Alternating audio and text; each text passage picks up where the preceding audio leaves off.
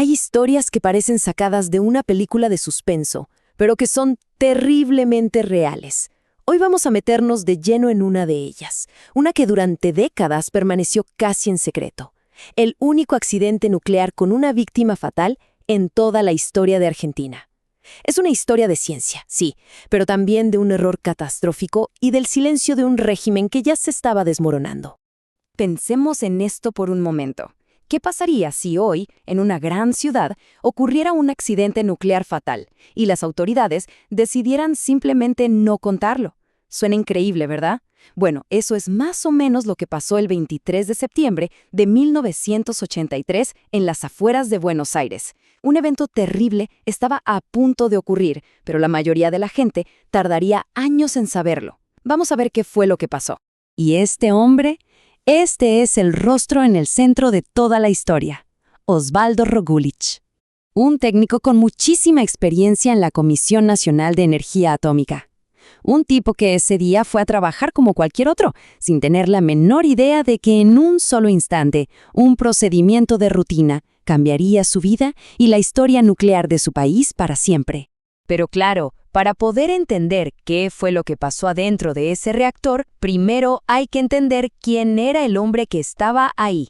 ¿Quién era Osvaldo Rogúlich? Porque, ojo, no hablamos de un número, de una estadística, hablamos de una persona, de un esposo, un padre, un colega. A ver, sus compañeros de trabajo lo describían como un tipo callado, ¿sí? Pero sobre todo súper meticuloso y con una reputación técnica impecable. Su familia lo recuerda como un hombre que construyó su propia casa, que amaba la música clásica, jugar al tenis, y tenía una forma muy particular de explicar su trabajo. Cuando sus hijas le preguntaban qué hacía, él, con una simpleza que conmueve, les decía: yo doy vuelta a una manija. Y escuchen bien esta frase de su hija Marcela, porque es clave. Es que acá está la ironía más terrible de todas, ¿no? Un hombre definido por ser responsable, por su obsesión por no cometer errores, termina siendo la única víctima de un accidente que, al menos al principio, se atribuyó por completo a un error humano. Es tremendo. Bueno, viajemos a ese momento. Viernes 23 de septiembre de 1983. Son las 4:10 de la tarde. Rogúlich está ahí, en el reactor de investigación RA2, haciendo algo que ya había hecho muchas veces, una modificación de rutina en el núcleo. Y de repente, un destello de luz azul casi fantasmal lo ciega por completo. Y en ese instante, él supo que ya no había vuelta atrás. Eso que vio Rogúlich tiene un nombre técnico: excursión de potencia. ¿Qué significa eso en español?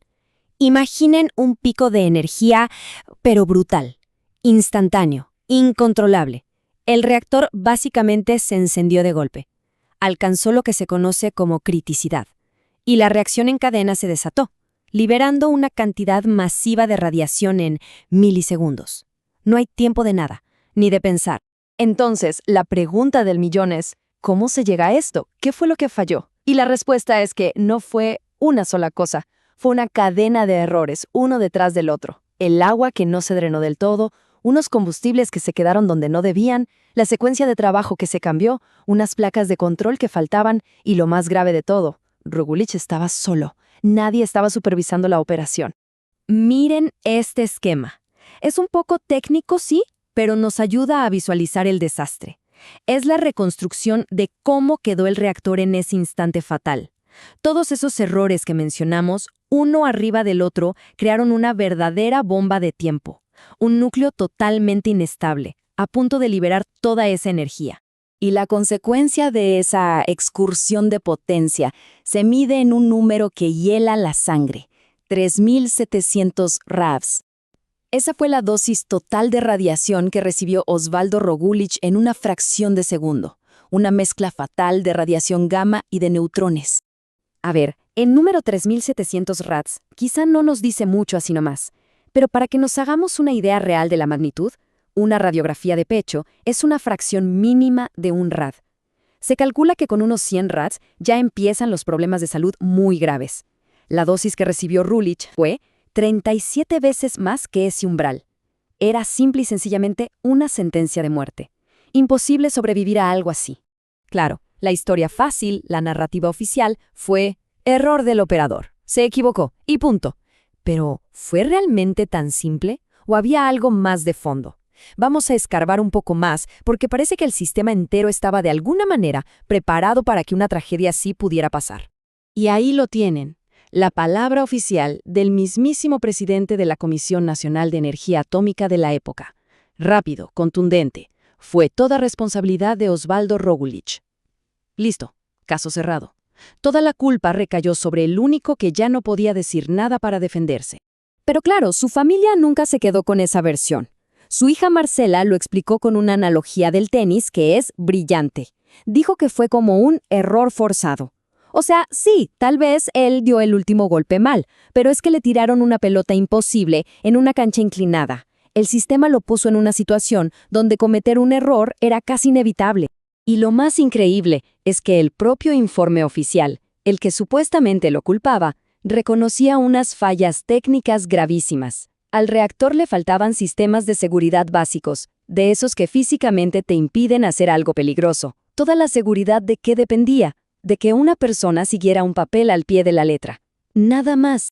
Pero el problema no era solo de fierros, la cosa venía de más arriba, a nivel de cómo se trabajaba ahí adentro. Faltaba supervisión, nadie hacía una segunda verificación, y lo peor, se habían acostumbrado a trabajar así nomás.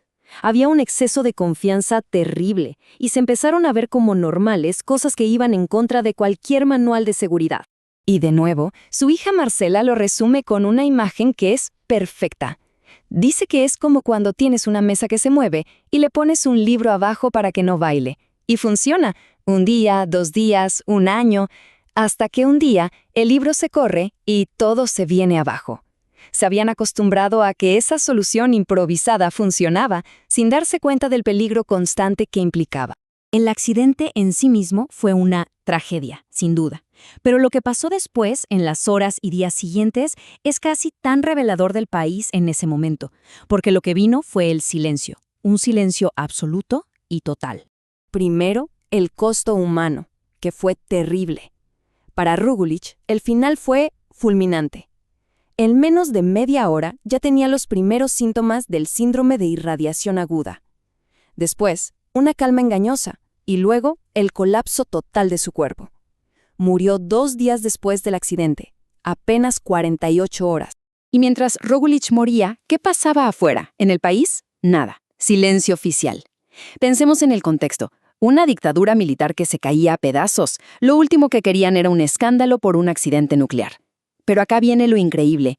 Mientras en Argentina no se decía ni una palabra, una semana después, el diario The Washington Post en Estados Unidos publicaba la noticia. Y la comparación que hacían era tremenda. Hablaban de una dosis de radiación similar a la de Hiroshima. O sea, el mundo ya lo sabía. Miren esta portada. Es del informe de la Autoridad Nuclear de Estados Unidos. Mientras acá todo era secreto y se manejaba con hermetismo, afuera el accidente ya era un caso de estudio. Se estaba investigando, documentando, una locura. Entonces, después de todo esto, ¿qué nos queda? ¿Cuál es el legado de una tragedia así? ¿Qué aprendimos? Si es que aprendimos algo, de la muerte de Osvaldo Rugulich. La verdad es que el legado tiene un sabor agridulce. Por un lado, sí, el reactor RA2 se cerró para siempre. A las otras 17 personas que recibieron algo de radiación se las controló y por suerte no tuvieron secuelas.